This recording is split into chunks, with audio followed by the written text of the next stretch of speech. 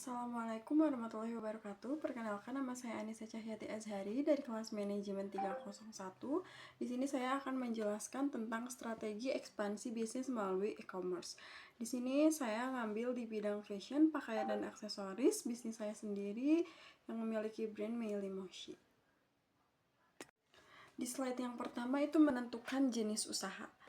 Yang pertama nama usaha Meili Moshi, yang kedua jenis produk pakaian dan aksesoris, yang ketiga tantangan perubahan tren belanja dan meningkatnya popularitas e-commerce.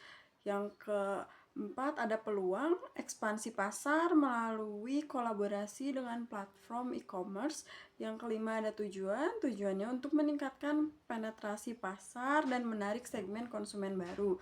Dan yang terakhir ada ilustrasi representasi bisnis sebelum dan sesudah ekspansi ke e-commerce. Selanjutnya adalah analisis tren pasar dan perilaku konsumen. Yang pertama ada tren pasar.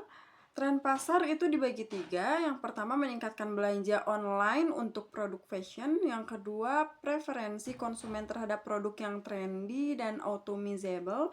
Yang ketiga adalah pertumbuhan industri fashion e-commerce di Indonesia. Selanjutnya ada perubahan perilaku pada konsumen. Perubahan perilaku pada konsumen juga dibagi menjadi 3 bagian. Yang pertama, konsumen lebih sering mencari inspirasi dari media sosial. Yang kedua, preferensi terhadap produk fashion yang unik dan eksklusif.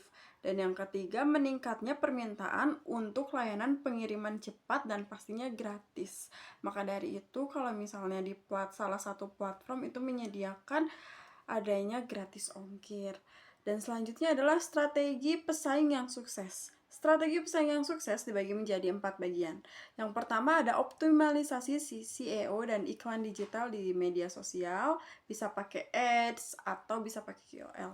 Dan yang kedua adalah kolaborasi dengan fashion influencer dan marketplace. Nah, ini seperti influencer atau BA. Nah, selanjutnya adalah program loyalitas dan diskon eksklusif pelanggan. Kalau misalnya di bagian ini tuh seperti pelanggan loyal, kita bisa kasih diskon 10% kalau misalnya udah follow Instagram kita. Dan selanjutnya adalah ilustrasi grafik pertumbuhan fashion e-commerce dan perubahan perilaku konsumen. Selanjutnya ada identifikasi target pasar dan segmentasi. Yang pertama ada profil pelanggan ideal. Profil pelanggan ideal dibagi menjadi 3. Yang pertama kita lihat dari usia 18 sampai 35 tahun. Yang kedua dari lokasi, perkotaan, dan pastinya aktif di media sosial. Dan yang ketiga adalah minat di bagian fashion dan tren terbaru, serta sering belanja online. Selanjutnya ada segmen pasar potensial. Nah, yang pertama adalah generasi Z dan milenial. Udah pasti itu Gen Z dan milenial adalah sasaran empuk yang aktif mencari tren fashion terbaru. Yang kedua, profesional muda yang mencari fashion praktis dan stylish. Biasanya itu karyawan-karyawan kantor. Dan yang ketiga adalah konsumen yang loyal terhadap brand dengan program eksklusif. Selanjutnya ada ilustrasinya, customer, persona, dan diagram segmentasi. Selanjutnya kita juga pasti adanya memilih platform e-commerce.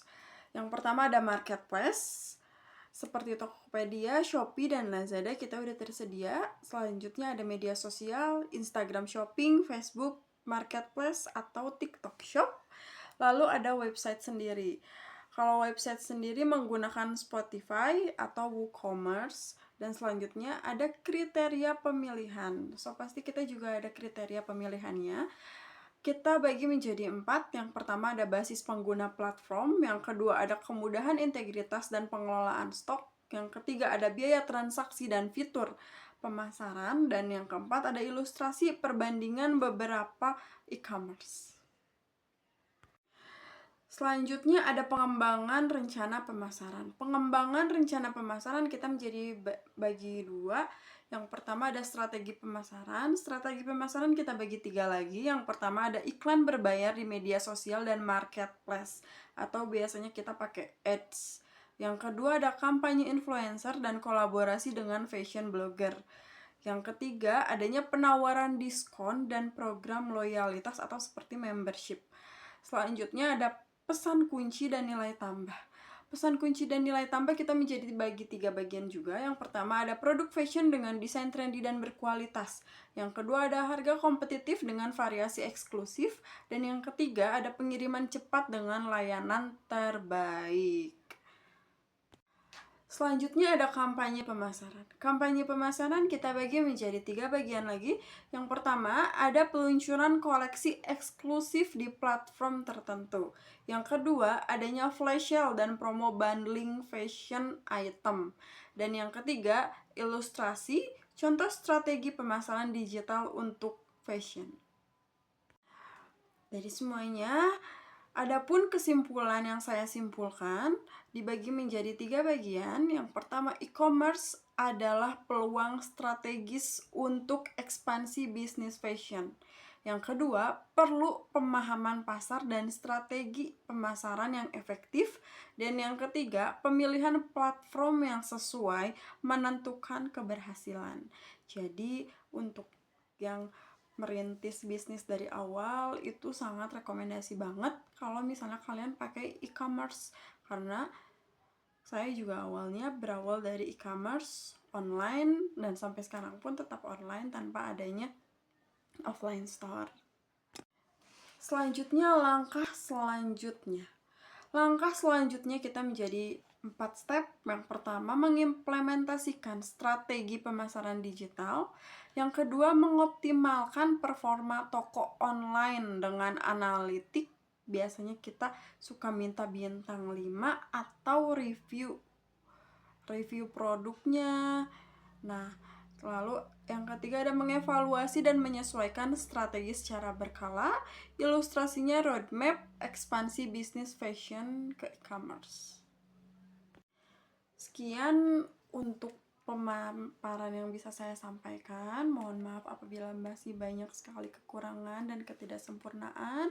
Untuk perhatiannya saya ucapkan terima kasih. Wassalamualaikum warahmatullahi wabarakatuh.